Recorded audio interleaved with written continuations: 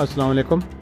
مخاطب رپورٹ کے مطابق تھانہ کٹھیالہ شیخ خان ضلع منڈی بہاؤالدین کے کانسٹیبل حسنین اختر کے ساتھ 3 ڈاکوؤں کا مقابلہ۔ اکیلے کانسٹیبل حسنین اختر نے 3 ڈاکوؤں کا مقابلہ جرأت اور ہمت کے ساتھ کیا۔ 2 ڈاکو پکڑے گئے جبکہ ایک فرار ہونے میں کامیاب ہو گیا۔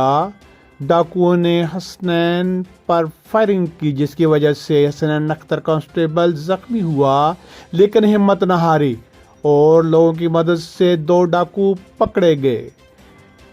کانسٹیبل حسنین اختر کو فوری طور پر ریسکیو کیا گیا اور DHQ ہاسپٹل منڈی بہاؤالدین پہنچا دیا گیا۔